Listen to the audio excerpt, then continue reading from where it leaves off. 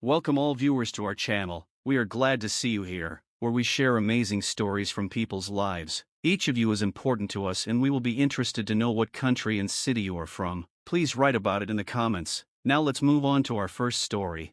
The city woke up slowly, as it did every morning. The central square was bustling with life as coffee shops opened their doors to the first visitors. Merchants laid out their goods, and people hurried about their business, sometimes stopping for a brief conversation with acquaintances. It seemed as if nothing could disturb this morning order. It was always a quiet neighborhood, though people often said it was not a good idea to stay out late. The square was surrounded by old buildings with faded facades that had seen a lot in their time. The fountain in the center, where children sometimes played, was like a symbol of this city's scene, quiet, serene, like the morning itself. Suddenly a patrol car with two policemen drove into the square, and the sound of a siren cut through the morning silence. The police were usually calm as they patrolled the neighborhoods, but today there was a sense of wariness, almost aggression, in their actions. People who had the fortuitous opportunity to observe what was happening began to slowly stop. It seemed that the very presence of the police, and even in such an electrified state, boded ill. Two policemen got out of the car, a tall, muscular man with a face expressing dislike, and his partner, a younger man with cold eyes and a compressed mouth. Their gazes focused on one man who was standing by the fountain. He was a black man dressed in ordinary clothes, nothing remarkable, just a passerby who had apparently stopped to catch his breath or to wait for someone. The police moved toward him, surrounding him on both sides. The stranger raised his head and cast a brief glance in their direction. He was clearly surprised, but he didn't show it. Standing still, the square became quiet. Many people paused for a few seconds to realize what was going on. Gradually, random passers-by began to pull up to them, and some had already pulled out their phones, anticipating the spectacle. No one knew how this morning would turn out.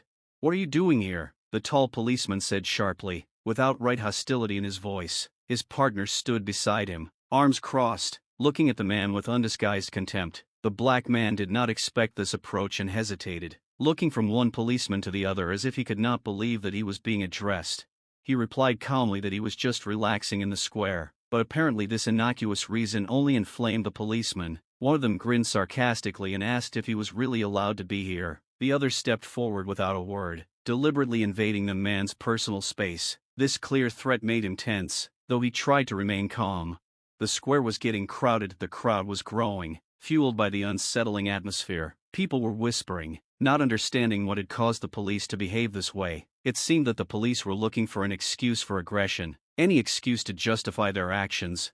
The black man's name was Jason Carter. He was 32 years old, and he had spent his whole life in this city, knowing all its dark and light sides. Jason grew up in one of the poorer neighborhoods, where everyone learned from childhood to find their way among the dangers of the street. Despite the hardships, he managed to remain an honest man, found a job in a warehouse, helped his mother and younger sister who was in college. Jason believed in justice, often participated in community events, and helped teens in his neighborhood stay away from crime. To many, he was an example of how to escape poverty and build a decent life despite many obstacles. But to the police, he was just another one of them. His skin, his appearance, his demeanor, all of it looked like a threat in the eyes of the police. Despite his merit and good reputation among his neighbors, he was nothing more than a statistic in a street check report, a figure in a routine police operation. The two cops surrounding him in the square knew this side of Jason only as a set of stereotypes and prejudices. The older of the two, Detective Garrett Brown, was a hardened, gruff cop of about 45. He had been on the force for over 20 years, and to him, this city was a battlefield where he fought crime every day. Garrett had long ago lost faith that people could change. He saw every black man as a potential criminal. His prejudices were not just implicit, they became his main tool in his work, and he didn't even try to hide it. His partner, Kevin Miller, was younger, only 28 years old. His career was just beginning, but unfortunately he had already adopted the attitude of his older partner. Kevin saw Garrett as a mentor, someone who showed him the real side of life. He emulated him in everything, adopting his rudeness and intolerance. Kevin did not question his partner's actions. On the contrary, he considered them an example of how to deal with the dangerous elements of the city. To them, Jason was just a suspicious type who could be intimidated and humiliated without fear of repercussions. They knew how the system worked, and realized that even if it came to a trial, the police almost always had their backs. This gave them confidence that they could act as they wished. They looked at Jason, but saw him as nothing more than a stereotype, reinforced by years of prejudice. Garrett saw people like him as a threat to society and had to suppress any defiance. Kevin, on the other hand, saw this as an opportunity to show his toughness and harden himself in practice. There was no compassion in him, only a thirst to prove his loyalty to the system and his partner. Jason, sensing their hostility, tried to explain himself, but it only seemed to fuel their aggression. They responded to his every word with snide sneers and derisive remarks, as if his attempts to defend himself were just another reason to mock him. The people around him looked on anxiously, but no one dared to intervene. The square fell into a tense silence, as if the whole city held its breath. People continued to gather, watching as the police officers persistently talked to Jason. He stood alone, surrounded by authority figures, but he held his dignity, trying not to be provocative. "I'm just waiting for a friend," Jason said quietly but firmly, looking Detective Garrett Brown in the eye. "Don't I have the right to do that?" "Right?" Garrett asked, grinning sarcastically, not hiding his disdain. "People like you don't have as many rights as you think." The remark struck a nerve with Jason. His eyes flashed with indignation, and he clenched his fists tighter, trying to hold back. He knew that any display of anger could be used against him, and he knew that to signal aggression would only fuel the fire. "I'm a citizen of this country like everyone else," he continued, keeping his voice low but trying to assert his position. "I have the same rights as you." The cops exchanged glances, and Kevin grinned, as if Jason's words were foolishness worthy of mockery. To them, this calm man who claimed his innocence was nothing more than a provocateur they could suppress at will. "Citizen, you say?" Kevin grinned, stepping forward and hovering over Jason. "What do you think you're doing here? Are you threatening someone?" "I'm not threatening anyone," Jason replied, losing patience for a moment. "I'm just waiting. You know, waiting. It's my freedom." "Freedom?" Garrett interrupted him with an unconcealed sneer. He made a gesture with his hand, as if he were pointing at something funny. "Freedom, you say? People like you abuse freedom too often, and then we have to deal with the consequences." That statement burned Jason. He knew it was everything: years of prejudice, stereotypes, and, finally, outright hatred. He saw something in Garrett's eyes that he'd never seen so openly before. They didn't just not consider him an equal, they didn't see him as a human being. "Get out of here," Garrett said quietly and threateningly, "or you're going to need a hospital." But Jason stayed where he was, not moving an inch. He felt that to back away now was to give in. It would mean admitting they were right and letting them continue to act with impunity. "I'm not leaving," he said firmly. "I haven't done anything I need to leave for." Garrett felt his rage flaring. He was used to having his words obeyed, especially by someone like Jason. It always pissed him off when someone he considered beneath him dared to argue with him. Garrett stepped closer, so close that Jason could feel his heavy breath on his face. "Didn't you hear what I said?" Garrett hissed, approaching menacingly. "I heard," Jason answered calmly, though he was shaking with tension inside. "And I'm not leaving." This time Garrett couldn't contain himself. He grabbed Jason's shoulder and yanked him forward to knock him off balance. Jason swayed, but stayed on his feet, not willing to submit to the brute force. This action caused an angry murmur in the crowd, and some people began shouting words of encouragement to Jason. "Hey, what are you doing? Leave him alone," someone in the crowd shouted, which only made the police even angrier.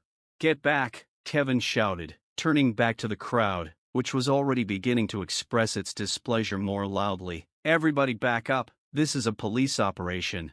But the crowd, instead of parting, on the contrary, closed in even tighter, watching the situation with indignation. There were whispers, shouts, and even someone was filming what was happening on his phone. The police, feeling the pressure, became even more aggressive. "Okay, you've picked your problems," Garrett said, yanking Jason again, harder. "Now you're going to be with us, so we can figure out what you're up to here." Jason felt that the situation was becoming more and more unmanageable. He wanted to resist, to stand up for what was right, but he knew that any wrong move would only make things worse.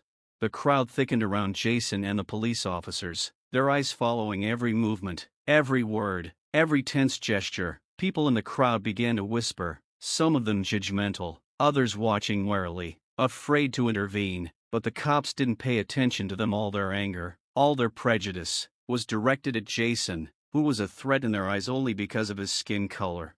Garrett looked at Jason with a cold, almost dead stare. He pulled him closer, so that their faces were only a few inches apart, and hissed, "You think you're something, don't you? You think you own this place? You may have some rights, but nobody here recognizes them, okay?" Jason remained silent, feeling a lump of rage and humiliation rise up in his throat. He had already realized that the police would not stop their cruel game until they felt their superiority, until they had humiliated him completely. In their eyes, he was not a human being, not a citizen, but just a suspicious element to be suppressed and put in his place. "You're the kind of guy who always gets in the way," Garrett continued wryly. "First you chill in the square, and then you start robberies and assaults. I've seen enough of you." Kevin, standing nearby, picked up on his words. "They're all the same. They think they can do anything. They think they can stand on the street and then pick other people's pockets tomorrow." Jason wanted to answer, but knew that any words would only inflame their hatred. He knew that his response, even the calmest and most respectful, would be seen by them as defiance or resistance. These men were not looking for the truth. They were only interested in dominance, in proving that they had power and that they could control the fate of anyone they didn't like. A crowd had already surrounded them, and Jason could see the anxiety and embarrassment on their faces. Some of the onlookers were talking indignantly, whispering to each other, sharing bewilderment and indignation. One man, elderly and frail, stood nearby, raising a finger in disagreement and looking around as if he hoped someone would stand up for him. "Let him go," said someone in the crowd. "He hasn't done anything." Kevin turned toward the exclamation, his face contorted with anger. "Would you like to join him?" he shouted, pointing to the crowd. "We've got plenty of room for anyone who wants to trample on order." This shout made people recoil, but no one left. On the contrary, some people started filming what was happening on their phones, realizing that the situation was becoming threatening. The cops seemed to have lost all sense of proportion. They now saw Jason as the embodiment of all their stereotypes, as a symbol of everything they believed threatened their peace and order. Garrett shoved Jason, causing him to stagger and take a step back. He laughed, giving his partner a satisfied look, and he said something about rights. "You goddamn thugs are all like that. One look at you and it's obvious what you're doing." Just a polite request for an answer, and he's already playing the victim, Kevin added, savoring his words as if they gave him some kind of perverse pleasure. It was unbearable to hear that. Jason could feel his heart pounding in his chest, each beat thudding in his temples, blood rushing to his face. He knew it was a provocation play, that they were trying to make him snap, to give him an excuse to grab him harder, and then charge him with resisting, attempted assault. But he stood, straightened, teeth clenched, determined not to give them the satisfaction. Garrett couldn't stand the silent resistance. He stepped forward and grabbed Jason's shoulder again, so hard that he jerked in pain. "You're not so brave to be touched, are you?" he said mockingly, but there was a barely concealed rage in his eyes. "Do you think you have the right to stand here and look at us? Turn around, hands behind your back." Jason tried to protest, but Garrett and Kevin twisted his arms roughly, snapping the handcuffs so hard that his wrists burned with a sharp pain. Garrett pushed him forward again, forcing him to take a few steps, and that moment finally stirred the crowd. People shouted outrageously, shouting words of support for Jason, their voices merging into a general murmur of protest. "This is an outrage. You have no right to treat him like this," a woman in the crowd shouted, raising her cell phone higher to film what was happening. "He didn't do anything." Jason barely had time to feel the cold metal of the handcuffs against his wrists before Garrett and Kevin were pressing him again. One of them pressed hard on his shoulders, forcing him to bend, as if to prove their superiority not only physically but mentally. Jason tried to resist, but he had no way to defend himself in handcuffs. He could feel his hands starting to go numb, but the cops seemed to be enjoying the moment. "I told you not to move," Kevin shouted, kicking Jason in the leg so that he almost lost his balance. The shouting from the crowd increased, but the cops paid no attention to them, as if they were in a world of their own, where their aggression and hatred knew no limits. "Are you crazy?" shouted a woman in the front row. She kept filming everything on her camera, hoping that the video could protect Jason later. "This is not legal. It's not your job to hit an unarmed man." Garrett turned to her with a dismissive grin, as if her words meant nothing. To him, it was another confirmation that he was in control, that he had the right to do whatever he wanted to Jason. When he turned back to Jason, he jerked his head up, forcing him to look into his eyes. "Did you want to fight?" he hissed, clamping a hand on the back of his head. "Now you're going to get what you deserve." Garrett pushed him again. Jason couldn't stay on his feet and fell to his knees, but the cops didn't let him recover. Kevin grabbed his arm, lifting him up and twisting him, causing a surge of pain. Outraged shouts started up in the crowd again, and someone was already trying to call for other people to help, but there were no other police officers around to intervene. Garrett squeezed Jason's shoulder, pinning him to the ground. "You just disobeyed an order, understand?" he said, hovering over him. "You're our concern now." Garrett turned to the crowd, glaring at anyone who tried to object or protest. He was confident in his power and position, knew that all their outraged words meant nothing, that the system had his back anyway. Kevin, meanwhile, oblivious to Jason's pain, twisted his arms, increasing the pressure. The man gasped in pain, his shoulder beginning to swell from the police's harsh actions, but they only continued to make things worse. "Stop it, he's not doing anything, let him go," came a voice from the crowd. The crowd was getting more and more restless. Some people were already trying to move closer, in protest, but the cops, instead of stopping, only increased the pressure. Jason felt his breathing quicken, and his temples began to pound. He realized that any movement he made would be interpreted as resistance, and it would only increase their aggression, but he couldn't help trying to defend himself. "Hold him tight," Garrett shouted to Kevin, wiping the sweat from his forehead. "If he won't listen, he'll take the pain." Kevin grabbed Jason by the neck, pinning him to the ground while pressing his knee into his back. Jason's eyes darkened with pain, and he struggled to catch his breath. He felt like his body was going to give up under the pressure. Kevin pressed down on him even harder, and Jason gasped, unable to take a breath.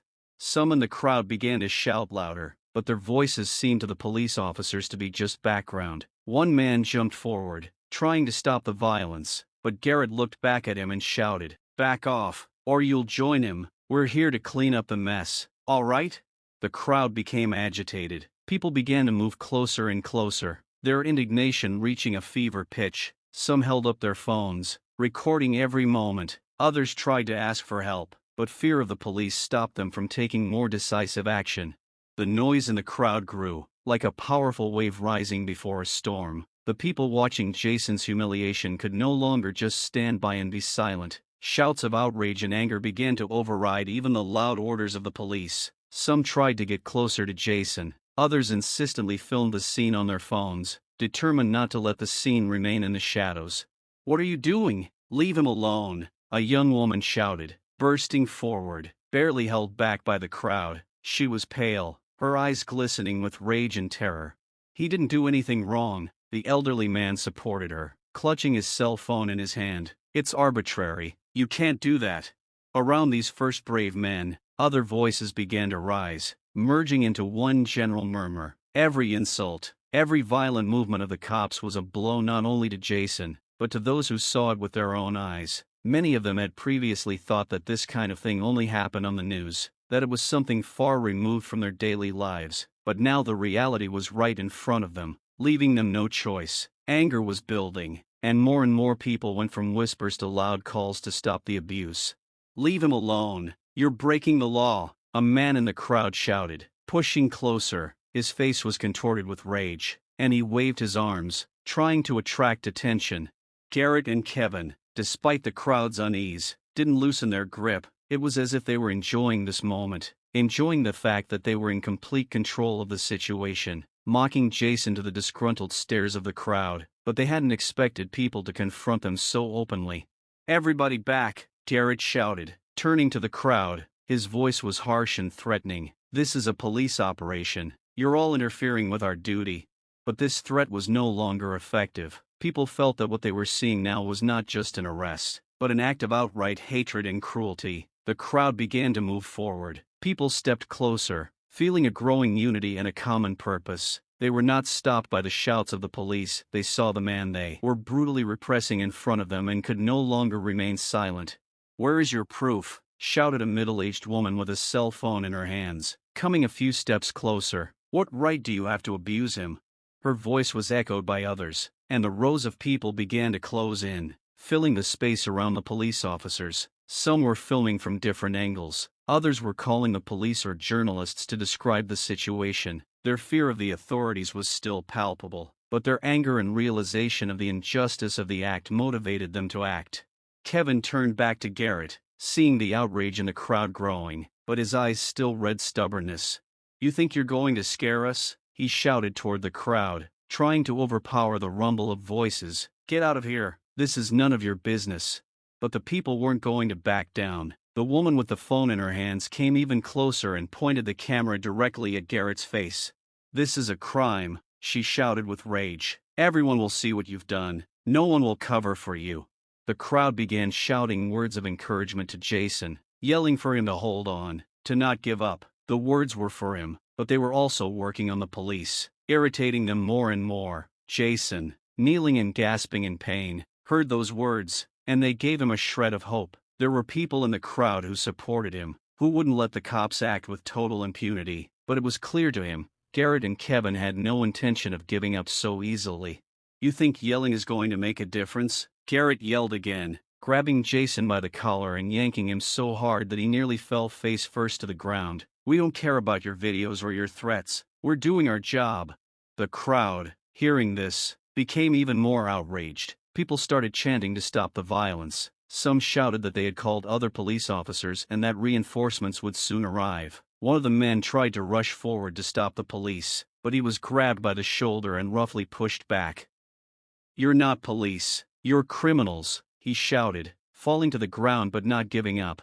Garrett looked down at him, smirking as if he weren't a human being but just another nuisance. He turned to Jason again and lifted him to his feet, not caring that his hands were still cuffed and every step he took was excruciatingly painful.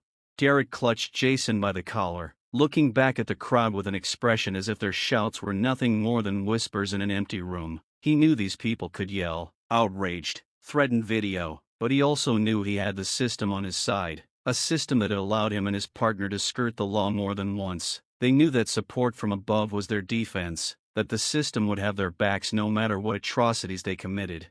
Kevin grabbed Jason's hands and twisted them even more violently, as if trying to assert his righteousness. He glanced at the crowd and threw it back dismissively. "This yelling won't help you. We're the law here, and if you don't like it, that's your problem."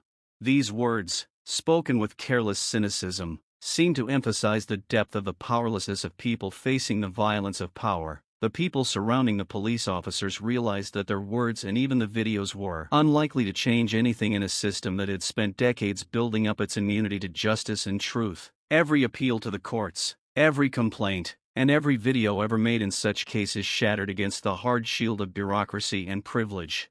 "We will complain," shouted a man from the crowd, holding his cell phone, the camera of which he pointed directly at the police officers' faces. "You will be punished. This time we will not let you get away with it." But Garrett, hearing this, only grinned contemptuously. He knew that his superiors were behind him, that in the event of any investigation he would be covered and the report would say that he had acted within his authority, used necessary force, or defended himself. Every time people tried to cry out for justice, the system blocked their efforts. Fear of punishment was not something that tormented these police officers, and they knew that this certainty of impunity gave them the ability to suppress, oppress and humiliate others. Jason, struggling to stay on his feet, felt the system had completely disenfranchised him and his hopes for justice. He knew that people like him rarely received protection, that his words, even if he dared to complain, were unlikely to make a difference. He had heard stories of similar cases, of people suffering humiliation and violence at the hands of the authorities, but these cases disappeared in police reports and were lost in bureaucratic labyrinths. Meanwhile, the crowd began to realize that neither shouting nor protesting could affect what was happening. People watched in horror as Jason continued to be beaten and humiliated right in front of their eyes, and realized that they were mere spectators in a game where the rules were written not for their protection, but for the protection of those who wore the uniform. "We're gonna stop this. You can't do this," the young woman shouted, raising the phone higher again to film what was happening, her voice shaking with rage and powerlessness. Garrett turned to her, his eyes flashing with cold cruelty. "Put the phone away, or I'll find a reason to arrest you, too," he growled, looking straight at her. "You think your tapes are going to make a difference? They'll say in court that you provoked the officers into action. You want to check it out?" These words were like an icy wave that pierced everyone around them. The crowd felt fear, the paralyzing realization that they were truly powerless. Their notes and complaints were at best temporary irritants that the system wouldn't even blink at. None of them could seriously hope for justice to protect them if they tried to come between Jason and these cops. Even if they could bring attention to the incident, they knew that at best the cops would only get a light reprimand or suspension, if not nothing at all. At that moment, an older man from the crowd who had been pushed away earlier stepped forward, raising his hand and blocking Garrett and Kevin's view. "Do you think your form is a right to violence?" he said in a hard voice that sounded painful. "I've seen too many cases like this in my life, and you've always gotten away with it. But know that even if the law covers you up, people won't forget it." Garrett hummed, taking hold of Jason again. "They'll forget, like they always forget," he said, squeezing Jason's shoulder so hard that he cried out in pain. The crowd watching Jason's brutal humiliation knew instinctively that what they were witnessing was not an isolated incident, not just a violation of police procedure, but a symptom of a much deeper and uglier disease of society, the roots of racial injustice that had been embedded in the law enforcement system for decades, if not centuries, were manifesting themselves before their eyes. These roots lay in a history that was intertwined with pain and oppression, and in the very structure of society, where some people had the right to protection and others often had to fear the very idea of law. The American law enforcement system, as in many other countries, had a long history of discrimination and violence against the black population. Many of those who looked at Jason and saw him humiliated and brutally repressed knew stories of the disenfranchisement of their ancestors, who could not walk the same streets as whites, could not seek protection from those sworn to serve the community. For black people, police who promised to serve and protect often found it was often enough just to say serve and protect some. The mechanisms of racial bias in policing were not accidental or minor mistakes by individual officers. They were deliberately built into the structure of the system, laws and police manuals that seemed to be deliberately tailored to leave loopholes to justify aggression and justify force against blacks. Police departments trained their officers to respond harshly to black men, and every year, in hundreds of cities, black men were victimized by unreasonable use of force, the official term to describe what was essentially direct violence. The crowd, seeing Jason's humiliation, recalled recent events that had affected their community. A few years ago, very nearby, another black man had been stopped by police because of suspicious behavior. He had done nothing to warrant such attention, other than being black and in an upscale neighborhood where he was just walking to work. The cops insulted him, provoked him to resist, and then arrested him for unseemly behavior, causing him several severe injuries. That case went to trial, but the police officers were found not guilty, citing difficulty with crowd control and self-defense, even though the video clearly showed the man offering no resistance. These incidents happened with frightening regularity. People knew that they should not have been out late, should not have looked different, should not have tried to show that they had the right to be equal. And those who tried to assert their rights in spite of this had to face the powerful machine of justice that protected those who wore the uniform. Black people grew up with the realization that even a simple encounter with the police could be life-threatening. The system constantly reproduced these biases, from the selection of candidates for the police service, where unspoken biases existed, to the way complaints against officers were investigated. The reports of such cases, especially if the case involved a black male, most often included the characterization suspect posing a threat, even if the threat was imaginary, even if the suspicion was based on skin color alone. It was all valid in the eyes of the law, and thus entitled to be recorded and used to justify any brutality.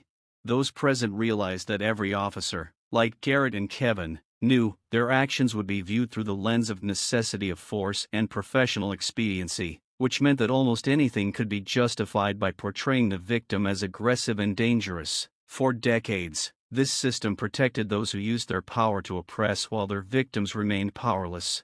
"Can't you see it's not just an accident?" whispered a young girl in the crowd taking the video. Her voice shook with anger. "This is exactly what they are taught. They see us as the enemy, and the system won't give us protection."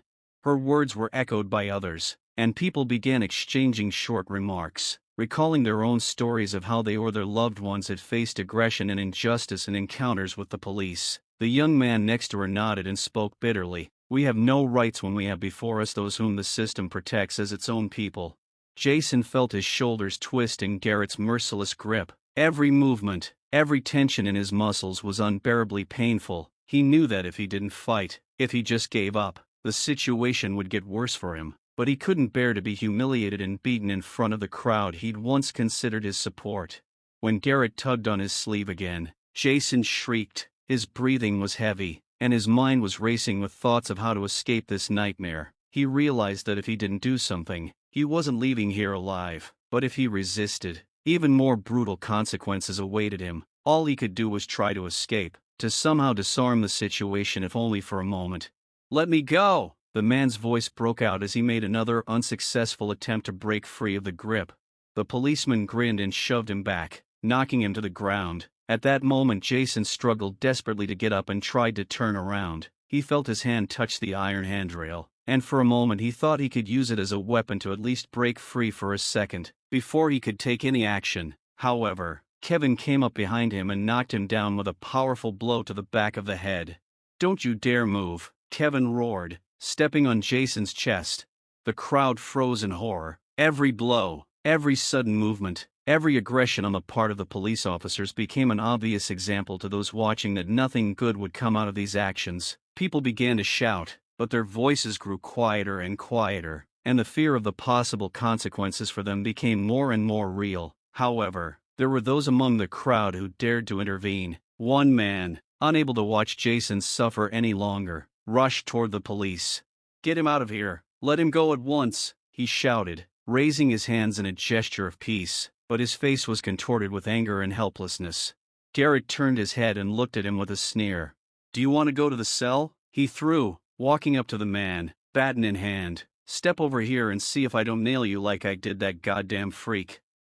The crowd froze, and the few people who had tried to intervene retreated. Threat hung in the air, and fear gripped everyone again, but Jason felt his heart beating faster. He couldn't bear the fact that he was back on the ground, and these men, these police officers, continued to taunt and threaten for no reason. "I will not be silent," he shouted again, now trying to stand up despite the pain in his body. "I will fight."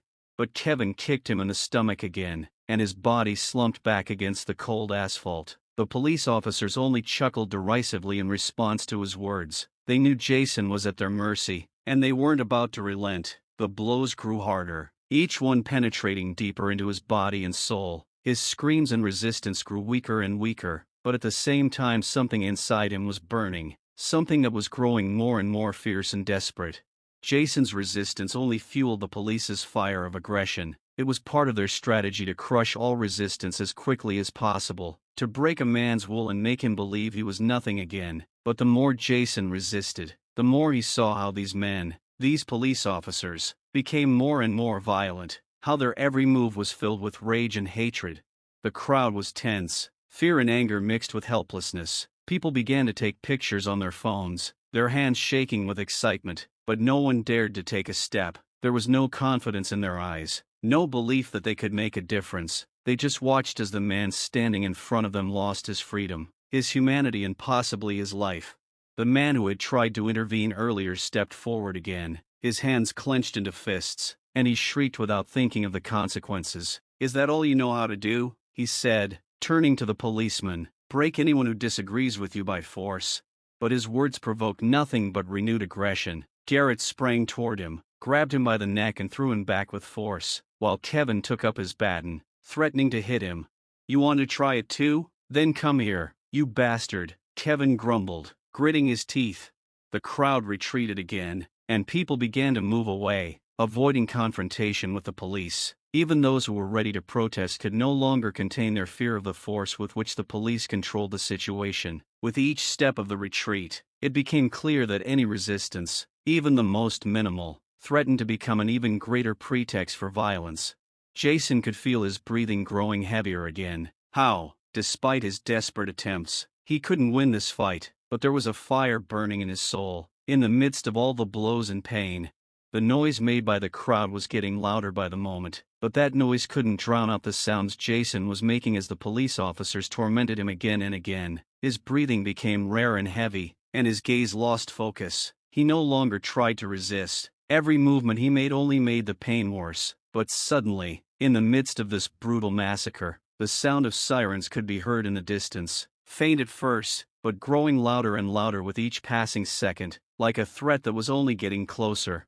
Reinforcements. Jason thought, barely able to remember that such help always came at times like this, but it was unlikely to be on his side. The shadows of several cars flashed, and 2 more patrol cars entered the square. A few more policemen got out of them, dressed in standard uniforms, but with an aggression that was instantly visible. These police didn't even try to assess the situation. They were here to enforce control, to assert authority and prevent the slightest attempt at resistance. The reinforcements came with scowling faces and steely expressions that seemed to say, "Everything that's going on here is right. We're on the side of the force, and you're all just witnesses." One of them, a senior sergeant, with barely concealed malice in his eyes, approached Garrett and Kevin. He cast a quick glance at Jason, at his face twisted in pain, and at their own defeated expression. "Everything under control?" he asked, as if to confirm the obvious, but his voice sounded harsh, as if he were ordering. Garrett nodded. He fought back, "But it's over now. It's just a little hard on the freak." His words made Jason feel the despair begin to build inside him. His body was broken, but the word freak was sinking into his soul like torture. Trying to keep his emotions in check, he tried to focus on the sounds the police were making. But now, with the arrival of reinforcements, the situation had changed dramatically. However, the police were not the only ones showing their aggression. Every moment more and more people in the crowd began to protest, seeing Jason being literally destroyed under their hands once again. They were shouting, taking videos, trying to record what was happening. Their phone cameras were their last hope, perhaps Jason's last chance to prove a point, but that's exactly what caught the attention of the new police officers.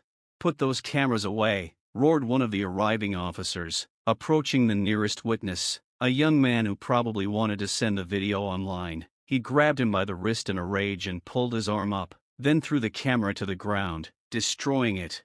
"Are you out of your mind?" he shouted, trying to free his hand, but the officer just pressed his hand into the asphalt with force. "We're going to film everything. This is a felony." The policeman did not answer, only looked at him with cold contempt, and then shifted his gaze to the other witnesses. "I said put the cameras away," he repeated, now approaching the group that was already recording what was happening. He stepped closer, his voice even more threatening. "Or I'll make you delete all these recordings. Do you understand?" The one holding the phone hesitated for a moment, but fear flashed in his eyes. He managed to take a few shots, but suddenly realized that he was endangering himself and anyone else who might have witnessed it. The policeman's voice was adamant, and his gaze was hard and threatening. "You can try," replied the other man, who still dared to intervene, picking up the camera, but with hesitation in his eyes. He took a few steps back until 2 more policemen surrounded him, trying to lock him in a ring. "Are you going to discuss this in court?" said one of the new policemen, his voice both caressing and cold as a knife blade. "Try driving off with that, and we'll find you anyway. This will be your last video if you don't shut up." The fear in people's eyes became more and more evident. They knew that their freedom was at stake, that any unnecessary movement, any gesture of discontent could lead to a new clash with the police. Their hearts clenched with anger and despair, but the crowd still remained an observer, despite their own feelings. Jason saw it. He saw the camera fall to the ground and his last hope for justice crumble. No recording would save him, and no one would save him now. This was the beginning of the end, and that end was probably coming to him faster than he could have imagined. The reinforcements weren't here to stop the violence. They were here to make it worse. And now, with every step they took, the pressure on the crowd increased. Officers threatened people, took away their phones, thwarted any attempts to intervene. Fearful of police violence, people quickly began to leave the square, taking with them only incomplete stories of what had happened. And then, in that moment, something clicked in Jason's soul. He realized that this incident was only part of a much bigger, historical picture. It had been several days since that tragic incident in the square, and while it was still unclear to Jason and his tormentors what would happen next, one thing was certain: the world was no longer the same as it had been before. Video footage captured by witnesses began to spread across social media at an incredible rate. At first, they were fragmentary footage captured from cell phones, capturing only the final moments of the brutality Jason faced. But later, thanks to the efforts of a few concerned citizens, more information emerged, including full videos. Some captured the incident itself, Others captured police officers' reactions to witnesses' attempts to intervene, and still others captured the moments when they snatched phones from the hands of people trying to record what was happening. The videos went viral. From the first hours, the videos gained hundreds of thousands, and soon millions of views. Huge streams of indignation rushed in the comments. People couldn't believe their eyes. Each new video, each new frame left no doubt that the police used not only excessive force, but also racist insults, humiliating not only Jason's dignity, but also symbolizing racial injustice in the law enforcement system itself. Protests have begun to grow, erupting across the country. Several activist groups called for the creation of a nationwide movement for justice to draw attention to systemic racism in law enforcement. The injustice that occurred in the plaza was yet another tragic example of a perennial problem that has often been forgotten or glossed over. At first, none of the police officers seemed to feel threatened. They were sure that their actions would go unpunished, because they continued to act within the established system. But with each new post, with each new video, the situation began to change. People began to gather at local police stations, organizing pickets, demanding a public confession of guilt and punishment for the perpetrators. Mass rallies were organized in support of Jason and against racism in the police. Social media became a place where not only agitation took place, but also detailed discussion of the events. The internet discussed every moment of the video, trying to expose the system and each of the participants in this violence. Users spread information about the police officers, trying to gather details about their past actions and statements. The Jason story became more than just an incident involving one person. It was a manifestation of a long-term and large-scale problem hidden in the heart of society. It was a harsh reality for Jason. He felt his life sinking into a nightmare with each passing day. Finding himself at the center of everyone's attention, he faced the horrors of not only police violence, but a host of new threats from those who protected the system. Former friends, neighbors, even those who had once been on his side began to avoid him, not wanting to be associated with those who were causing a wave of public discontent. Meanwhile, police officers, including Garrett and Kevin, felt the first effects. Many threatening phone calls came into their departments. There was less and less work for them, and the looks from their colleagues became more and more tense. Officers who were used to impunity suddenly found themselves under public scrutiny. Their names began to appear in the news and on social media, and the black marks they had tried to avoid were now becoming their new plume. These were not just personal repercussions for police officers, but a wake-up call to anyone who ever thought that force in law enforcement was more than a duty to protect. However, they did not expect the most important, the most painful blow. An official review of the police officers' actions began. Some of the witnesses, despite pressure and threats, began to testify, supporting Jason's version of the officers' racist and violent behavior. The prosecutor's office opened a criminal case, but the process was slow. Everything depended on how the situation would unfold from here on out. The system that supported the cops was beginning to crack at the seams, but it wasn't falling apart yet. For Jason, the aftermath was excruciating. In the hospital, his condition stabilized, but there was no going back to his old life. He watched his body heal, but the mental traumas did not go away. The screams, the blows, the humiliation, they were with him every step of the way. He felt like the world was no longer the same, but still, somewhere in the depths of his heart, there was a spark of hope. He knew that people were beginning to hear him. They were beginning to realize that the system was unfair, that it had to change. But the longer the investigation went on, the more fear grew. What would happen to those who dared to testify? What would happen to those who continued to make videos? Who continued to tell the truth? The risk became more and more real. The incident in the square was a turning point, symbolizing not only the pain of one person, but also the struggle for justice on a national scale. And despite the brutality of the incident, it was the beginning of a change that could not be stopped. The video footage that spread around the world and the wave of outrage that followed left society no choice. Silence and inaction were no longer possible. With each passing day, the protests grew larger and larger. At first, they were limited to small groups of activists gathered in the square in front of police stations and government buildings. But then a wave began that swept across the city, spreading to other neighborhoods, other cities, and even other countries. People demanded answers, justice, punishment for those who were supposed to protect them but instead were destroying their lives.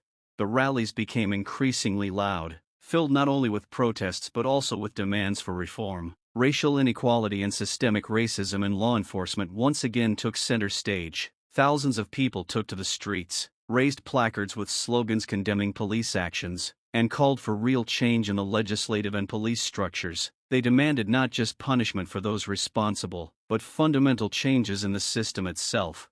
"Not one less," shouted the protesters, demanding changes that addressed not only accountability for a specific crime, but also the creation of conditions that would prevent such crimes from occurring at all. The call was heard everywhere: no more police killings. At all rallies, the same plea was heard: the system must be changed.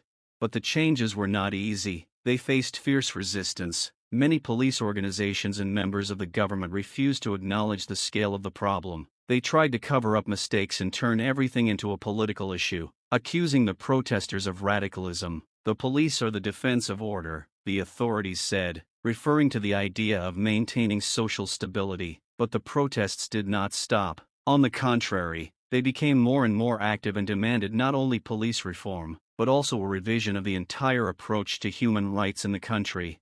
Political leaders began to emerge among the protesters, who began to put forward specific demands for reforms. One of them was the demand for full transparency in law enforcement. They demanded a law that would require police officers to wear body cameras, recording their every action and interaction with citizens. The protesters did not limit themselves to demands for better oversight. They wanted complete reform so that police officers who committed a crime would not go unpunished.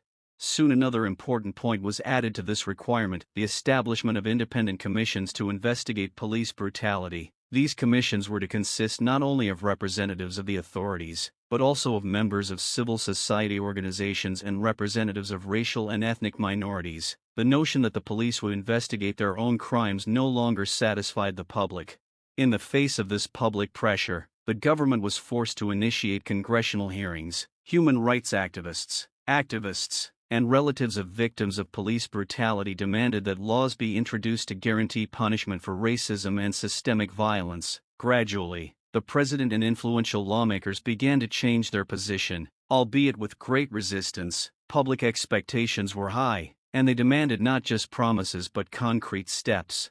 One of the most discussed proposals was a bill that would completely overhaul existing standards in police training. It included mandatory courses on human rights, training in conflict de-escalation techniques, and training to counter racist and prejudicial attitudes. It also required that police officers undergo psychiatric examinations to avoid the recruitment of people with prejudiced and aggressive attitudes towards certain groups of citizens. But the struggle wasn't just political. It was a struggle for recognition, for justice for Jason, who was still recovering in the hospital, physically and mentally. He realized that while his case had become a symbol of the struggle for human rights, he himself had never fully healed from his experience. But his determination not to give up his position in the conversation about justice became an example to many.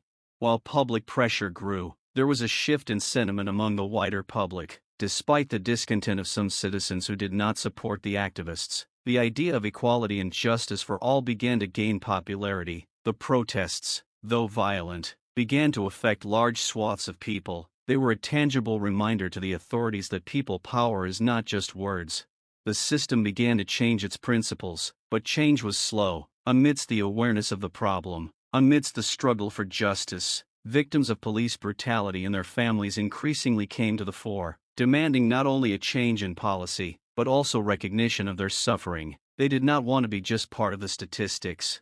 Jason, unbroken, was finally able to assert his rights in the court system. His case attracted the attention not only of human rights activists, but also of lawmakers. The trials against police officers were complex and protracted, but they were the beginning of a larger process of change in public consciousness itself.